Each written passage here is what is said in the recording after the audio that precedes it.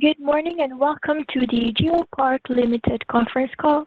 Following the results announcement for the first quarter ended March 31, 2024, after the speaker's remarks, there will be a question and answer session.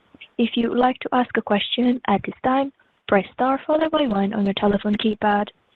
If you would like to withdraw your question, please press star followed by 2.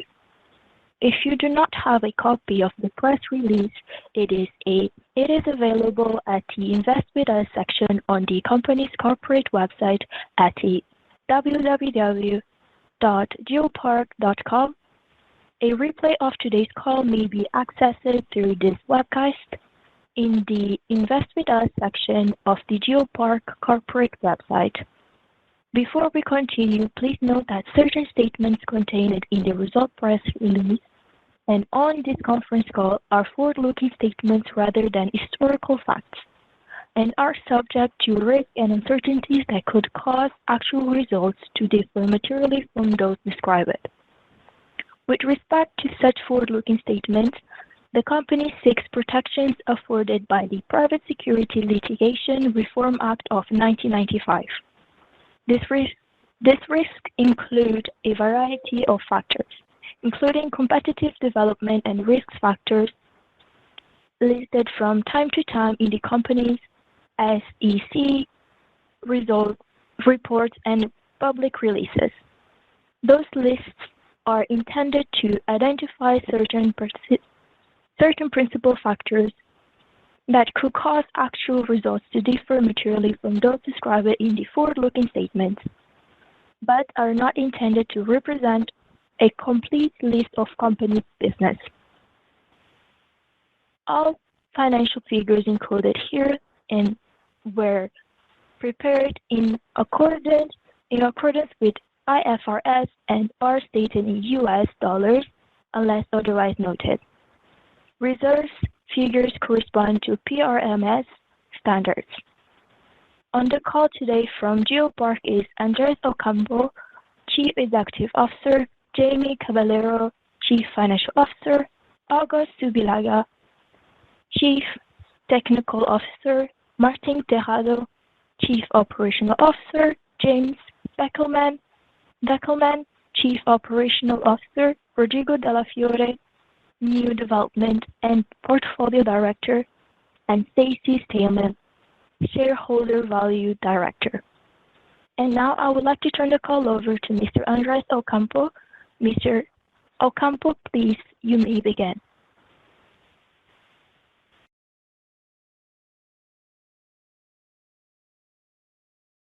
Good morning, and thank you for joining our first quarter conference call. Today, we're proud to report progress and very important results on all key elements of our business and strategy, with solid first quarter results coming from our improved base business, new significant share repurchases, a big and very attractive transformational acquisition, and impressive sustainability and decarbonization metrics. The underlying base business performance is continuing to deliver positive results. We had a strong production in both the Llanos 34 and the CPO-5 blocks. In the Llanos 34, our core asset, the combination of our horizontal well program and increased water flooding project, took gross production to a range of 56,000 to 57,000 barrels a day in early April, the highest level in the last 12 months.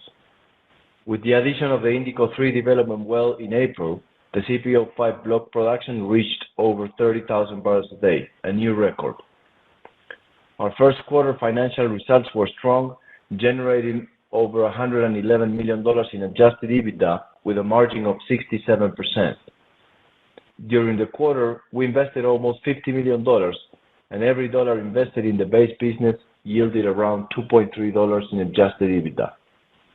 The return on capital employed for the last 12 months was 35%. The balance sheet remains strong as we ended the quarter with the highest cash position in the last 3 years, just over $150 million.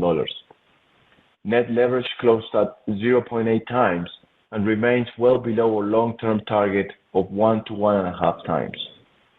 We recently added an offtake and prepayment facility with Vitol that further improves our commercial terms and gives us access to up to up to $500 million of oil prepayment facility, providing immediate access to competitive and flexible financing.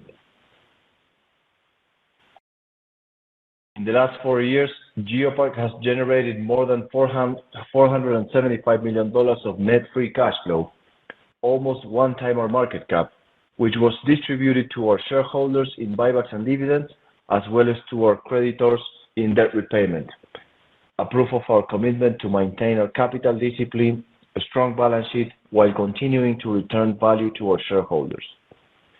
This month, we successfully repurchased $43.7 million in GeoPark stock during the Dutch tender offer, reducing shares outstanding by approximately 8%, and our board just declared a $7.5 million dividend to be paid on June 14th. We have also recently published our SPEED Sustainability Report for 2023, which highlights that we reduced our greenhouse gas emissions intensity by 18% from 2022. At 10.6 kilos of CO2 equivalent per barrel, we're extremely proud to report that we have the lowest carbon intensity among our upstream Latin American oil peers. Our Llanos 34 block, which supplies close to 7% of Colombia's total oil production, had remarkably low intensity of 7 kilos of CO2 equivalent per barrel. With respect to our asset portfolio expansion, we announced on Monday a new transformational acquisition in Vaca Muerta in Argentina, a strategic asset in the world's fastest growing unconventional play.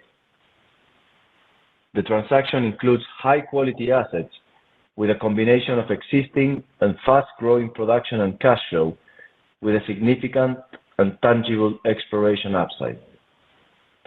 The Mata Mora Norte block was producing zero about 3 years ago and is currently over 12,000 barrels a day from 26 wells in 8 pads, and with a 9th pad of 4 wells already drilled and being completed now, expected to be put on production before the end of June.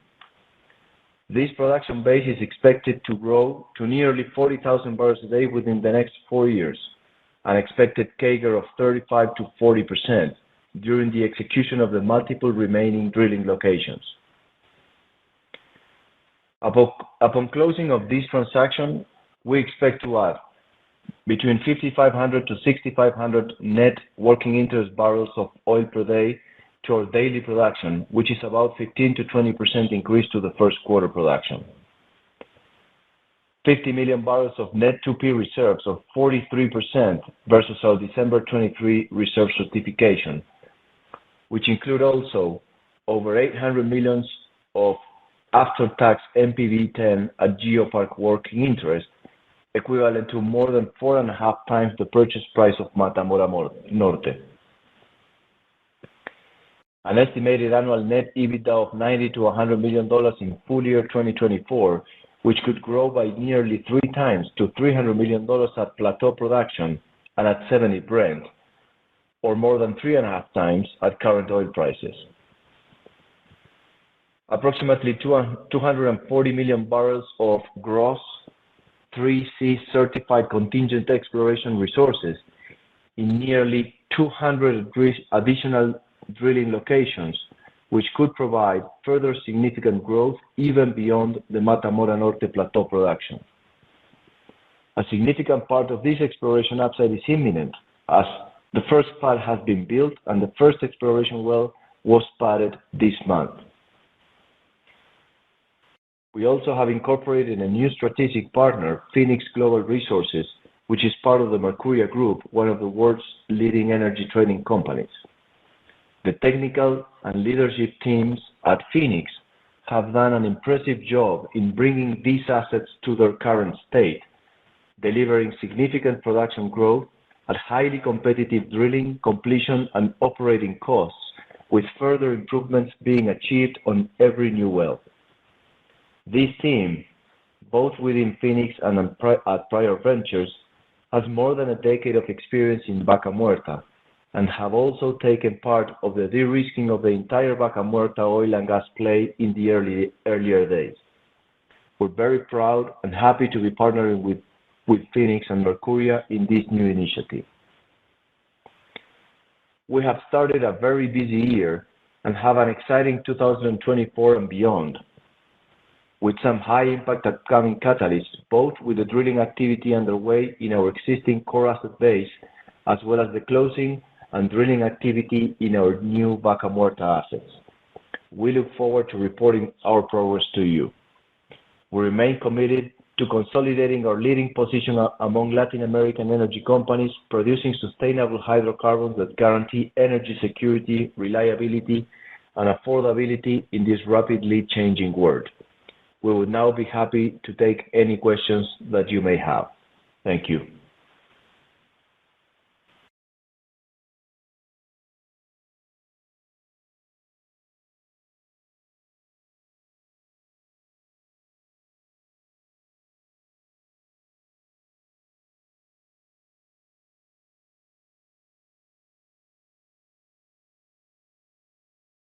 If you'd like to ask a question, please press star followed by 1 on your telephone keypad. If you change your mind, please press star followed by 2. When preparing to ask your questions, please ensure your device is unmuted locally. And our first question comes from Alejandro Demichelis from Jefferies. Yes, good morning. Thank you very much for taking my questions. 3 questions, if I may. Maybe the first one, Andres, is now that you're having more CapEx going to Vaca Muerta, so how should we think about the balance between extra CapEx, free cash flow, and cash returns to shareholders over the next kind of couple of years? That's the first question. Second question is, could you please provide us an update on the delineation and appraisal program that you have been conducting on CPO-5? And then the third question is on the new acreage in Vaca Muerta where you're doing the exploration. What do you see as the risk of the oil getting much heavier on that side of the basin, please?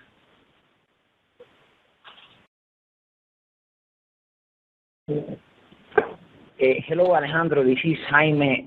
I'm going to address your first question, if you will, and it kind of tackles 2 angles. It's, as I understand it, which is, how does this entry into Vaca Muerta and its, capital profile and production profile affect shareholder returns? So I'm going to first talk a little bit about the CapEx profile and give you a little bit more detail of what we already announced previously.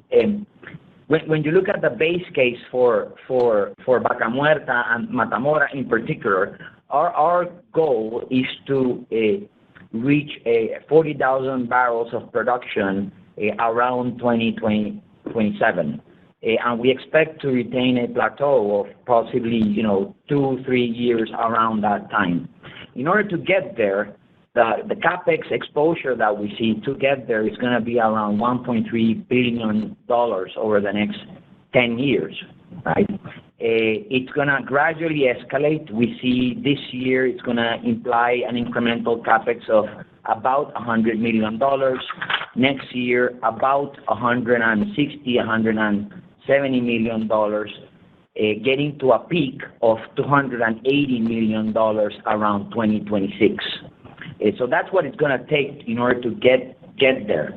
Now, we obviously need to put that in context, that getting there is going to have a significant EBITDA contribution to the company. This is a clearly value accretive deal where we're seeing an incremental EBITDA for the company of between $360 to $400 million per annum at $70.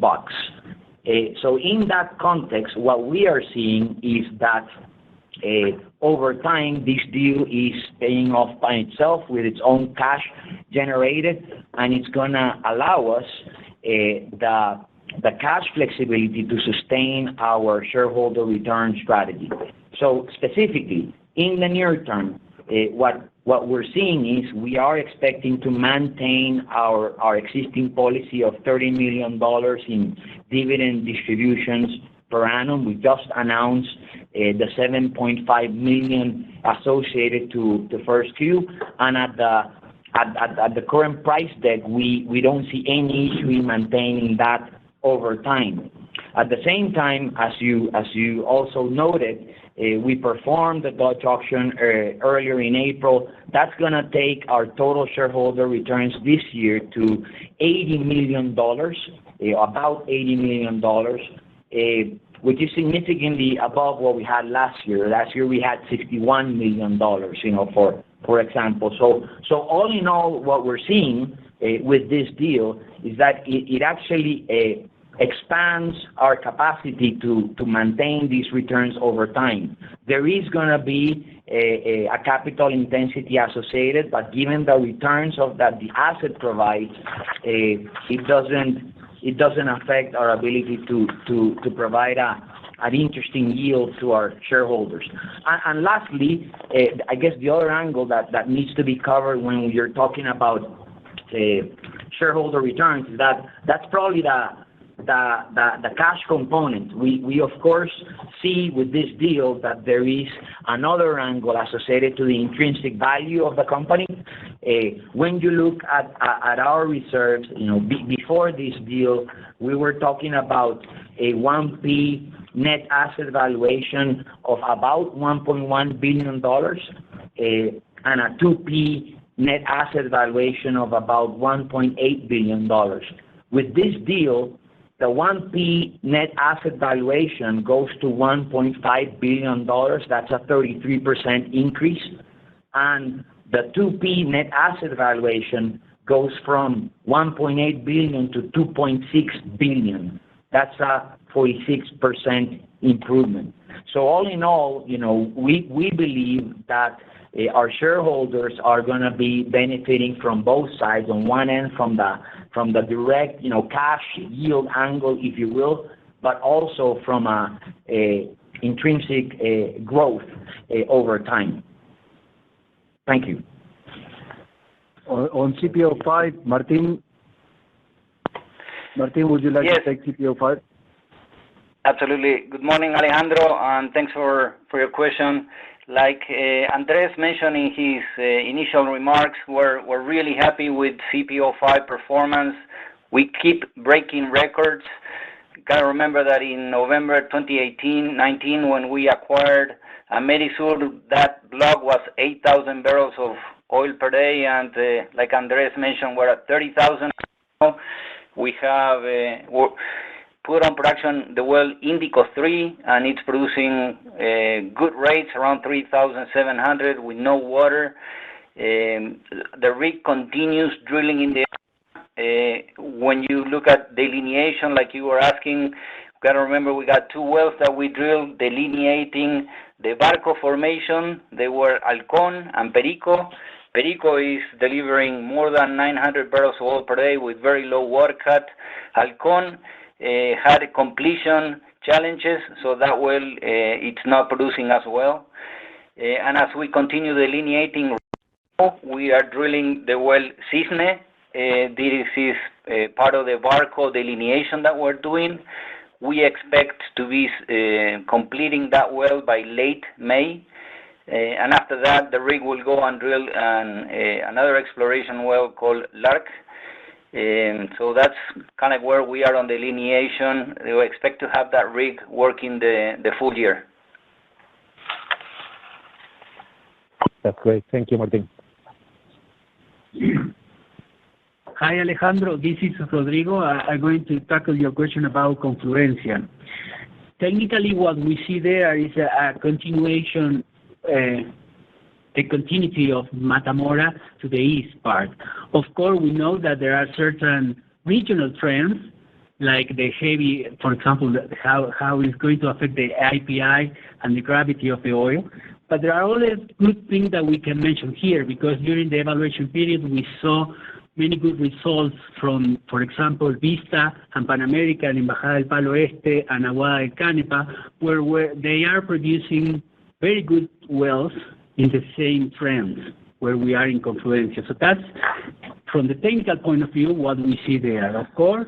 And also we have a robust report from DeGoller and McNaughton, where they say that we have more than 200 million barrels as resources in the area. But to be honest, we have to de-risk the block. And what we are doing now, we are drilling 3 wells. We expect the result before the end of this year. And also we have just finished 234 kilometers, square kilometers of seismic to complement this information. But we are optimistic and we expect a range of productivity in this area in line with the same range that we see in Mata-Mora. And could you please confirm the rates that you see in Mata-Mora then? Mata-Mora Norte, I mean. Yes, we can go to Mata-Mora Norte. During the evaluation period, we ran a robust analysis. We not only use the 26 wells that we have in Mata-Mora, we also see the neighborhoods and these analog fields. And also we have a reserve report from the government, and at the end of the day, we see a range between 600,000 barrels per day and 1 million as most of the wells. But what we see now is a clear learning curve leading by our operator and partner, because the most recent wells are outperforming. They are producing very, very good. You can see more than 2,000 barrels per day as a productivity. And another example, a good example that you can take is in February, the Mata-Mora 2073 was the best producer well in the basin.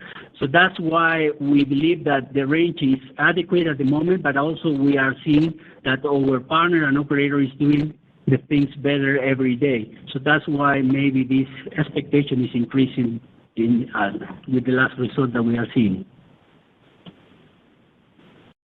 That's great. Thank you very much.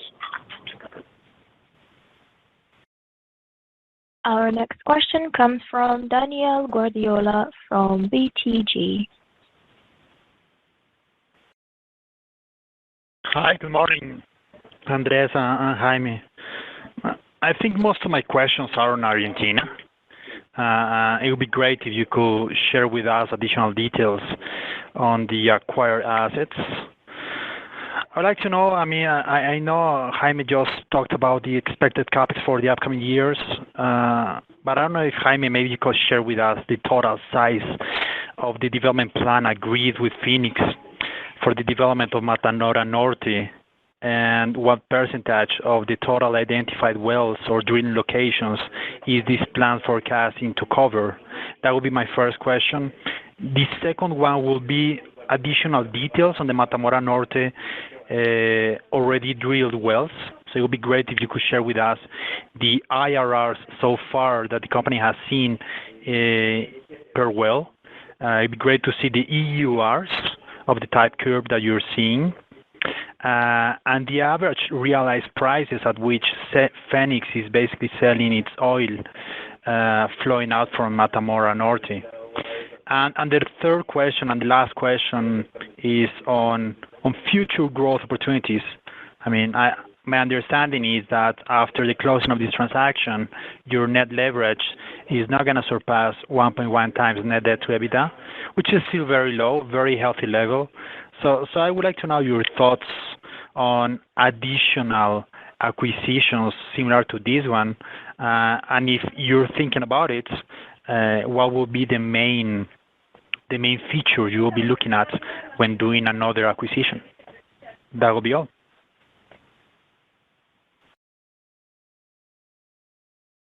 Hola, Daniel. It's Jaime here.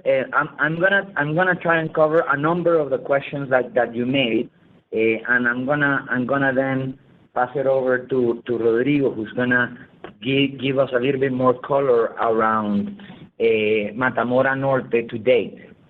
So let's start first with your first question, which is essentially around our development plan philosophy, and I would start there. I would start with this notion, which is that one of the key reasons why we decided to partner with Phoenix and why Phoenix decided to partner with us, frankly, was that a clear alignment around where we wanted to take the asset, right? Where we wanted to take the asset, and there is here a joint vision where we want to take the Mata-Mora development to 40,000 barrels a day.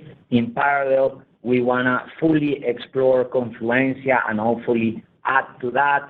And what we're seeing is 4 blocks that over time are going to have massive economies of scale and of development pace and even commercialization. So that's what we're aiming to do, right? And that vision that you can extract from our release takes us to anywhere between 40,000 barrels to 60,000 barrels a day within 5 years.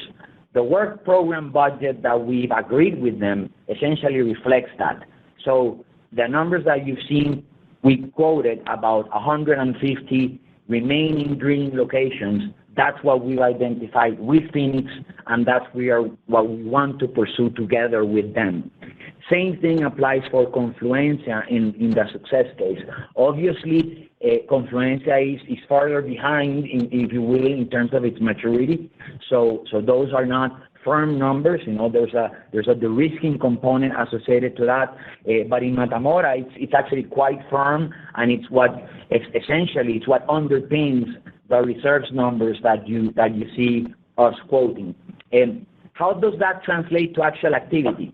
Essentially, we've actually committed with Phoenix, jointly we've committed to sustaining a 2-rig program over time. That's how we're seeing this develop. Currently, there's 1 rig.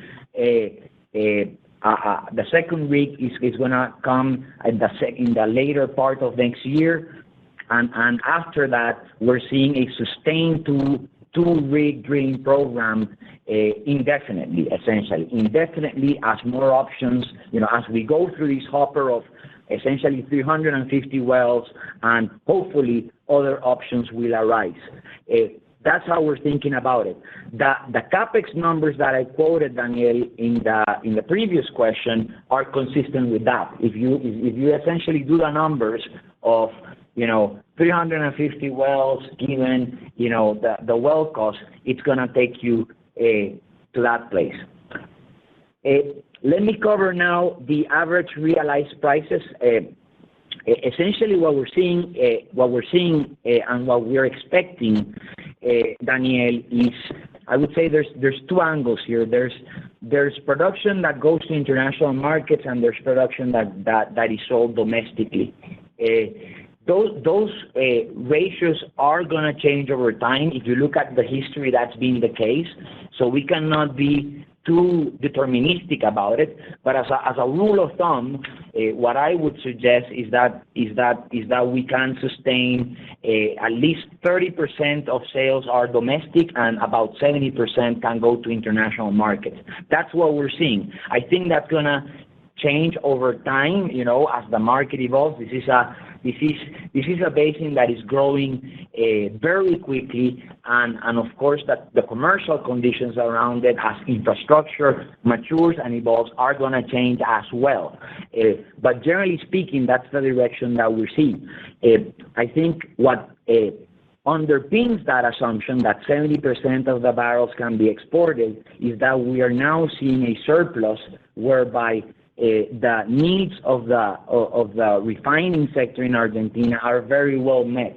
So that allows for a flexibility to export volumes.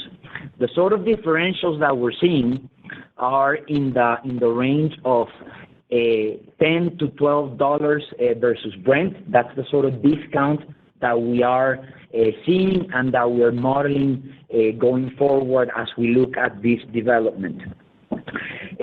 In terms of net leverage, you already quoted, Daniel, the number that we're seeing, that kind of 1.1, that's not to exceed, over the near term. I think what could change that is there's two angles that could change that leverage.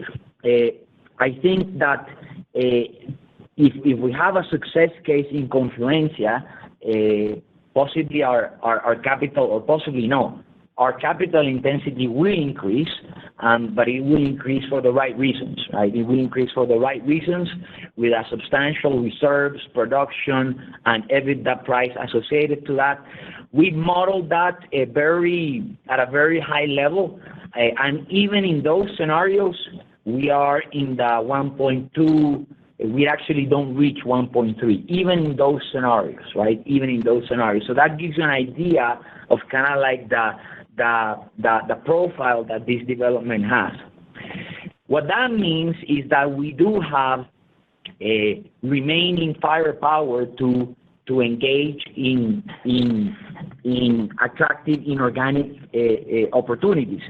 The way that I would frame this is that in the near term, clearly our focus is on delivering our plan, our existing organic plan, and now a high quality incorporation of these assets into our portfolio. That is clearly a priority. This is a big investment for GeoPark, and we are going to get it right, and we need to get it right. And in that sense, we're setting up a team that is going to work, with Phoenix to progress this development plan. As we've been discussing, we're going to be placing secondees. We're going to be securing, the provincial approvals that we need to get the transaction closed within the next few months. We're going to set up performance management processes that allow us to have, quality conversations with our partner and with the market around how this is evolving over time. And in the end, it's ultimately all about how can we efficiently and effectively collaborate with Phoenix to deliver the value promise that we're making with this deal. So that's clearly the priority. Having said that, our growth aspirations do not stop here, and we will continue to be looking at options, strategic options that make sense for us. I think Andres in the prior call, Daniel, when you asked about this, Andres was very eloquent about our pan-regional aspiration. We are strong believers in the quality of Colombia, Brazil, and Argentina as world-class petroleum basins that we need to be in, and that's unchanged with this transaction. Actually, what I would say is that this transaction shows that, demonstrates that, and is evidence of that. But it's not the end. It's not the end, and we will continue to look at options that make sense for us. So I know that was a long answer, but I think I covered 4 of your 5 questions. Over to Rodrigo. Thank you, Jaime.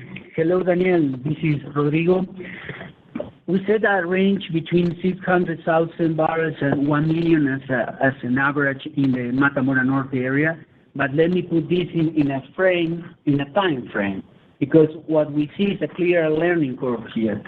Most of the first wells in the area looks poorer than the recent wells that we are seeing.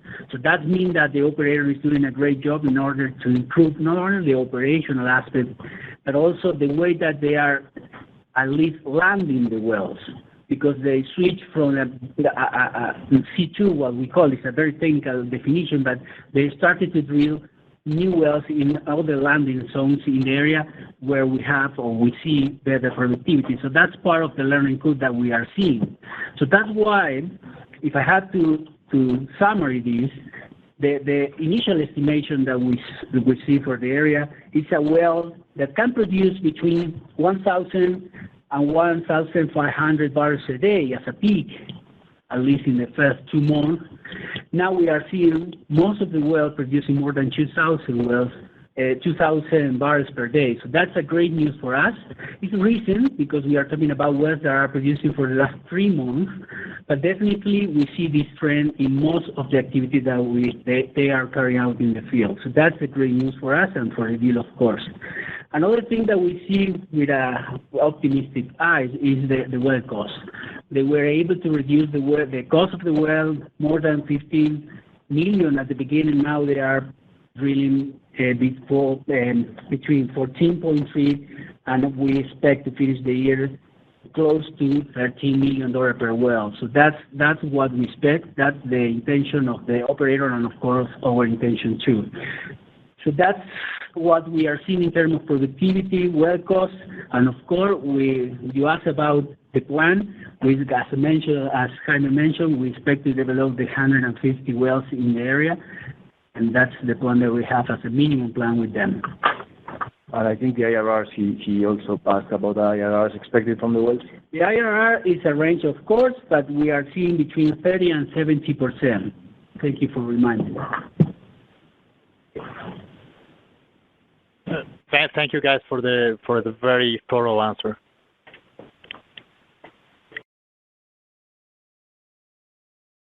Our next question comes from Roman Rossi from Canaccord.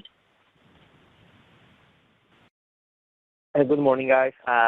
Thanks for taking the questions and congrats on the results and the acquisition announced. So just wanted to get a sense regarding the facility with Vitol.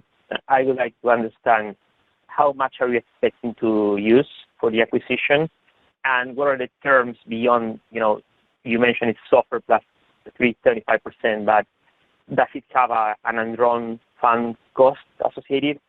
And additionally, what's the cash at hand target after the acquisition?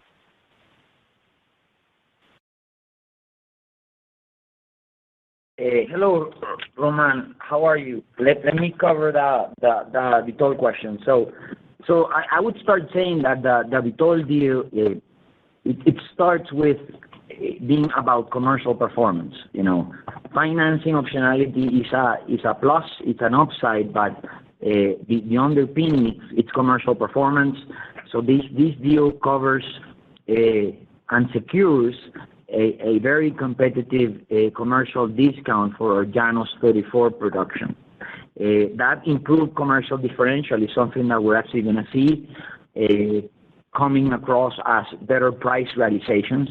I think we quoted in the statement that this represents a 60-cent improvement over what we were seeing 2-3 years ago, and that's a prime motivator for engaging in this type of deal.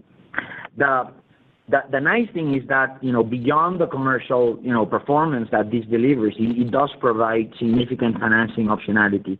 So the key terms are, we have, Vitol has committed $300 million, that we can draw at any time in the near term. It is unsecured. It has a very competitive interest. We quoted SOFR plus 3.75. That's about 9% interest, which compares very favorably even with our own existing bond and the sort of interest that you would get in longer-term financing in the bond market today. It also gives us a grace period that extends till the end of this year without making any payments if we draw on the line, and it can be repaid at any time. So it actually keeps our longer-term financing options fully available for us if we believe that's the convenient thing to do, and if the market conditions adjust to that. So that's kind of like the general framework.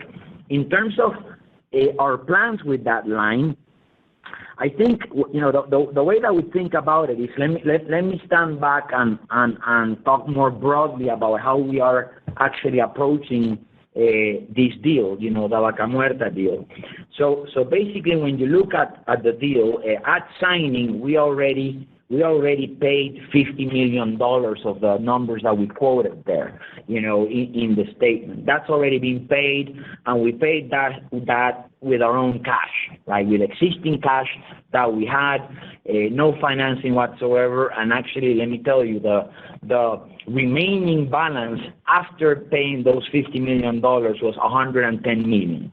So currently, we have $110 million in the bank, and that's already going through the upfront consideration of this deal.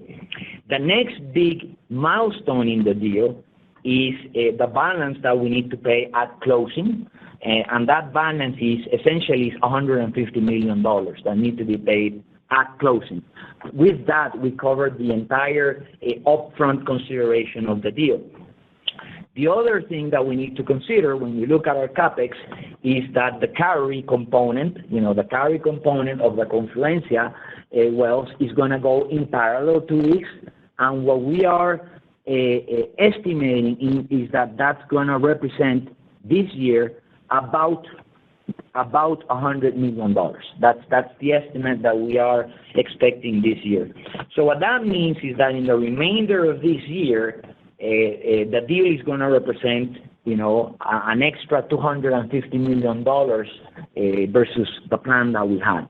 How are we going to finance that? It's going to be likely a combination of the cash surplus that we are accumulating at these prices. We are accumulating an important cash surplus every month at this price deck, and the remainder, very likely, using the Vitol a financing facility. If I would give you an indication, and with the caveat that this is flexible because we have total flexibility around this, I will give you an indication that we could use about $150 million of the Vitol facility this year to underpin this effort. And it represents no interest this year as it's covered by the grace period.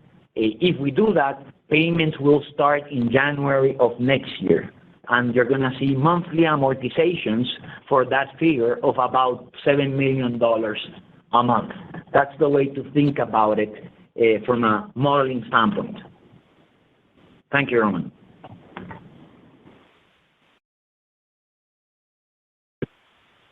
Great, thank you, Jaime. And maybe a follow-up on the acquisition. You said that you expect to close in Q3, so that will be impacting your fourth quarter financials, right?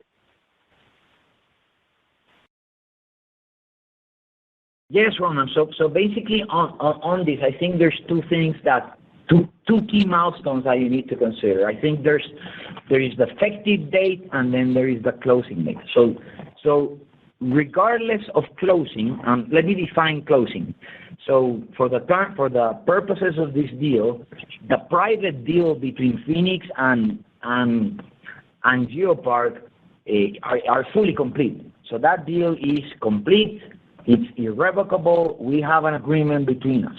Now, when we talk about closing, we're really talking about the regulatory approval that the provinces in Argentina need to provide so that we are, if you will, the equivalent of a leaseholder, right? So that we come through in the public deeds as a leaseholder. That's what we refer to closing on this. And there are two aspects. We need an approval in Neuquén for Matamora, and we need an approval in Rio Negro for Confluencia. So we are expecting that to occur, within the next few months. When that occurs, that triggers the payments that I mentioned previously of $150 million to Phoenix. So that's what closing refers to. Despite that, or having said that, the effective date is going to be the 1st of July. So the economic aspects of this deal are already effective starting on the 1st of July. So we start to look at all the accounting of the deal on that 50-50 basis, the 50% basis. How is this going to translate into accounting? What we see is that subject to closing date, and let's assume that we close by the end of the 3Q, what you're going to see is that in the 4Q financial statements, you're going to see these fully consolidated on a line-by-line basis, right? As an indication of that, in 4Q, you're going to see anywhere between 6,000, 7,000 extra barrels a day of performance, of production. You're going to see a share of cost. You're going to see all the different lines, what this deal implies. On the EBITDA line, what you should be expecting for 4Q would be an additional EBITDA around $30 million. That's what we are estimating at this time. So it's going to be fluid from here to there, but if I would have to give you a message, is that consolidation starts post-closing, but economic effects start the 1st of July, regardless of closing date. That's the bottom line. Awesome. And just one last question on Colombia. So a couple of days ago, there was a public hearing at the Constitutional Court regarding the non-deductibility of royalties. So do you have any comments on that front? And say that they want to keep the non-deductibility valid for 2023, which is one of the alternatives that the government is trying to get. So will you need to pay more taxes, or how that will work for GeoPark? Thanks. Sure, Roman. So let me provide some kind of broader context on this. So really what's in discussion is that as part of the tax reform that was approved last year, the tax reform had two components. It had a surcharge linked to price environment on the corporate tax. That surcharge went from 0 to 15. That's in place. It's not in discussion. The other component was the non-deductibility of royalties, which was declared unconstitutional by the Constitutional Court at the time.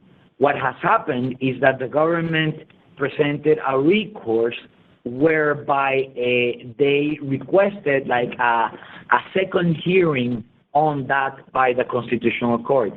What the Constitutional Court has communicated is not a final decision on it, but the willingness to perform that review.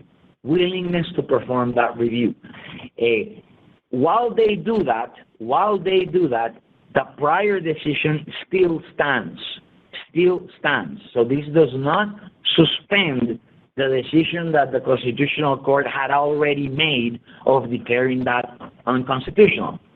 What that means is that we are actually in May, which is tax season, right? So we are in tax season. Companies are going to make a decision around how are they calculating the deductibility of royalties. What prevails at this time is that decision that is unconstitutional. So at least for GeoPark, we are going to act on the basis that that's unconstitutional, right? Now, what could happen later on is that if the Constitutional Court decides to reconsider its previous decision, this will have an effect on next year's declaration, right? And there could be some form of a recognition of what was not paid in 2024. What we have estimated, the impact associated to that, we have estimated it between $12 to $15 million. That's the rough estimate that we have associated to that. It is a range because it depends on things like royalties paid on time, fluctuating volumes. You know, there's some moving pieces around that. So we estimated in the 12 to 15 range. Importantly, in the guidance that we have provided to you guys around our full year 2024 EBITDA, we actually this actually doesn't have an impact on that, because the way that we provided that guidance, it assumed at the time, remember that this was the plan that we announced back in November. At the time, we were operating under the existing tax reform. So for us, this is an upside. You know, if ultimately this is confirmed as unconstitutional, it is an upside to our case, right? And if the government's idea of contesting this and challenging this goes forward, it's not going to represent a downside. Okay, awesome. Thank you, Jaime, and congrats again on the acquisition. Thank you. Thank you very much. And our next question comes from Ariana Koval from Balance. Hi, thanks for taking my questions. Many of them have been answered already, but I have a couple of follow-ups on the Vaca Muerta acquisition. First, regarding the development and completion cost that you shared, it's our understanding that local authorities have been in the 10 to 11 million per well. So just to understand if this difference between the numbers that you're targeting is because of area specifics, and or if you could share additional color on what you're seeing on your end And also related to the Vaca Muerta acquisition, if you could comment on any, from the regulatory side of things, right? How are you seeing the landscape in terms of the possibility of repatriating profits of the operations once they are ongoing? And one last one regarding quality discounts. Congratulations on the commercial agreement with Vito. But just to understand, if you're expecting any potential, what are you seeing from the entry into operations of the Dos Bocas refineries and Pemex lower exports of crude oil? Could this potentially benefit you in terms of quality discounts? That would be a helpful color to have. Thank you. Hi, Oriana. This is Andres. Your line comes a little bit noisy. Let me repeat to see if we understood your questions correctly.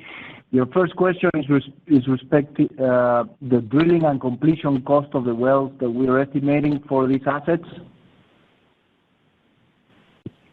Yes, it has to do with the drilling and completion cost compared to what local peers have been reporting in the same area. Our understanding is that it is closer to perhaps $11 million per well. So just to understand whether the difference is something area specific, or if you could share additional color on what you're seeing. And also on the Vaca Muerta transaction, the additional follow-up had to do with the regulatory challenges that you may see to the potential of taking profits from the operations. And the last one had to do with quality discounts and where do you see them going through the remainder of the year? Thanks. So the second one is related to capital controls in Argentina, and the last one to quality discounts on the crude sales, correct? Yes. Sorry for the trouble with the line. No, that's okay. That's okay. So, Rodrigo. Hello, good morning. This is Rodrigo here. It's important to remark that the drilling cost 2 years ago was close to $16 million per well. Now, the 23, they end the year with $14.3 million per well. So that's a tremendous improvement. Of course, this is because they learn, but also they introduce technology and the services prices getting down. So that's the trend that we see for the future. In the model we use for the next 2 years, $14.3 million per well. But after 26, with an extra drilling rig in the area, we are talking about $13.6 million per well. So that's the base case that we have. But to be honest, what we see is it's a trend not only here in Argentina, but at the same time you can see the same trend in Permian. The trend in efficiency in terms of drilling wells is continuing improving. So that's why we expect better performance in the future and lower costs. But that's the cost that we use for the model. Oriana, I guess in terms of the angle around benchmarking, I think there's several considerations here, but I think the most important thing is to look at the trend, right? Regardless of who is the operator, what we're seeing in Vaca Muerta is a consistent trend where your cost per well is improving over time. I think, as you would expect, there are differences from operator to operator. That's always the case. It depends on the standards that they use. It depends on a specific requirements of the locations and geographies where they are operating that allow synergies or not. The $10 to $11 million cost per well that you're mentioning, we believe that is in the very low end. We prefer to use a more conservative assumption that ensures that we can maintain the robust well designs that have characterized Phoenix so far. That's something that actually attracted us to this deal, and it has to do with this alignment, of ways of operating and everything. And Phoenix is of the view that you need to ensure certain, integrity standards and quality standards around the well, and we're comfortable with that. I think anything that can be delivered on top of the 13.6 million is going to be upside, and that is, of course, great news. With regards to your other questions, Oriana, the regulatory challenges in Argentina, I'd say, the way that we structure the transaction is that the transaction needs to fly under the existing regulatory environment, right? So we are not banking on any type of positive developments in the regulatory environment, even though there are clear winds of change that could suggest that those upsides are possible.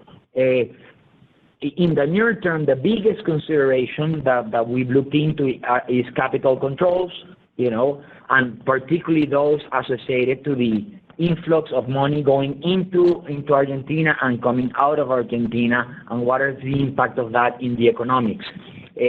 I would say that our biggest consideration is that when you look at the profile of this program and the goals that we talked about this program, where we wanna grow the asset quickly over the next 5 years, what we're seeing is that it is not a big issue, the capital controls, because we actually expect that all the revenues, and all the EBITDA that this deal generates to stay in country to underpin that growth, in the near term.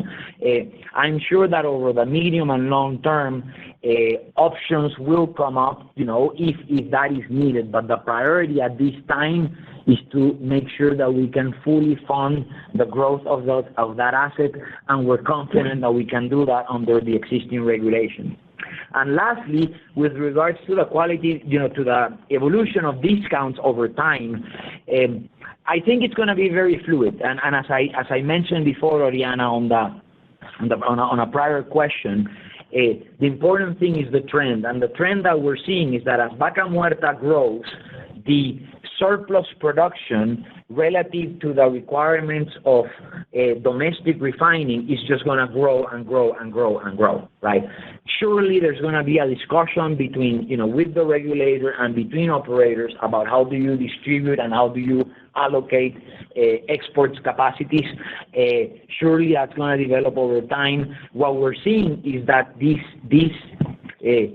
even in a stress scenario where you have to fundamentally alter that balance between exports and domestic sales, the quality of these assets is such that it allows you a good return. So even in those scenarios, that is not a concern. So obviously, to the extent that you can fully, if the market in Argentina develops in a way that you have, if you will, a free market, with perfect conditions, that's only going to represent upside to this deal. Thank you.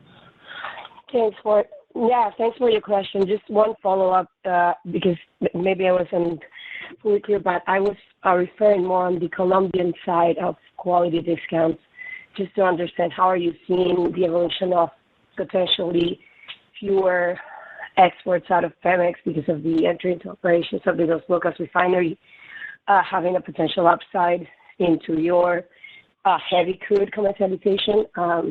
That was more of the angle on this. Thank you. Yeah, sure. Thanks for clarifying, Oriana. So I guess in Colombia, I'd say I'll start with a simpler view and then kind of more broader kind of market. That in our case, the bulk of our production, which is Llanos 34, we've already secured commercial conditions for those through the Vitol deal. That covers, about 20,000 barrels of production, give or take. And then what you're talking about is really the remainder which is a combination of CPO-5, Llanos 34, exploration, and Putumayo. The fundamentals for all of them are going in a positive direction. CPO-5 is a super high quality crude that is extremely attractive to the local refineries in Colombia. We believe that we can maintain the existing differentials that we're seeing, the existing commercial differentials that we're seeing for that, which are actually a premium. We're actually getting a premium on Brent of about $5 a barrel on that. So we're very optimistic about the commercial differentials that we can get for CPO-5.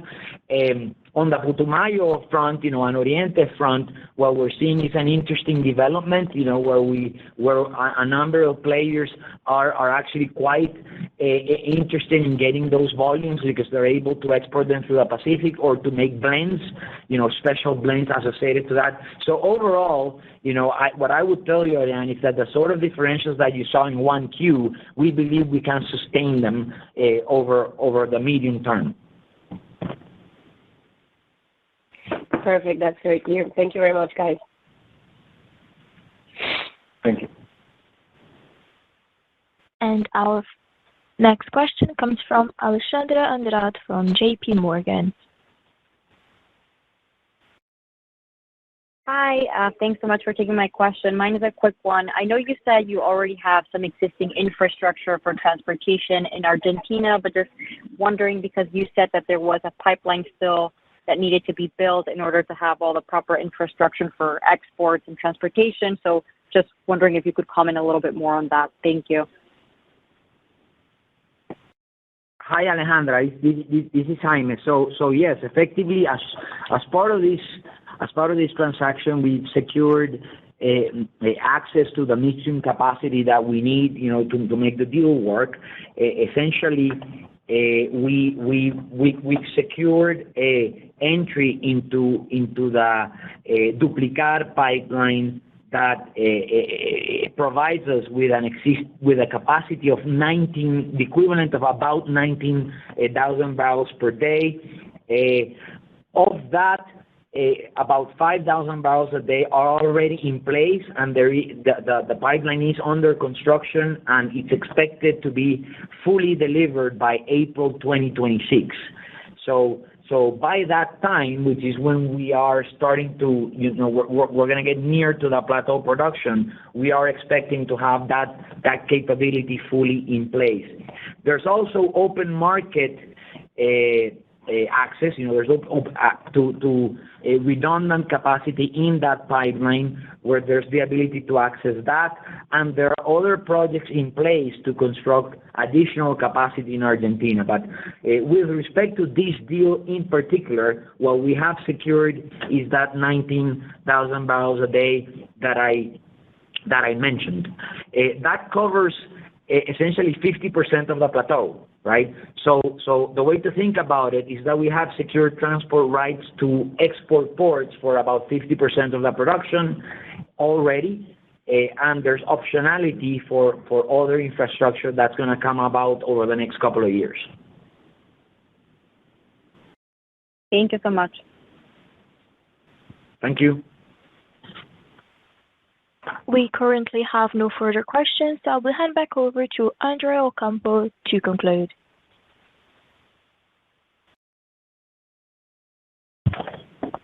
Thank you, everybody, for your interest and your support of our company. We're always here to answer any questions you may have, and we encourage you to visit us in our field and our operations or call us anytime for further information. So thank you and have a good day.